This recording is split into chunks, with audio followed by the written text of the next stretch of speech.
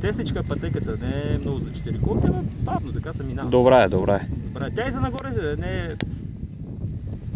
Горе само там може да станат интересни клипчета, баш на това на камъните, ама да е малко лъзгаво такова. И да нямаме гуни човек типи, как ще прави, наистина. Един само за да лъсти горе да снима. Това не знам какво му викат тая. Тия место ще кажа. Койнец. Койнец ли?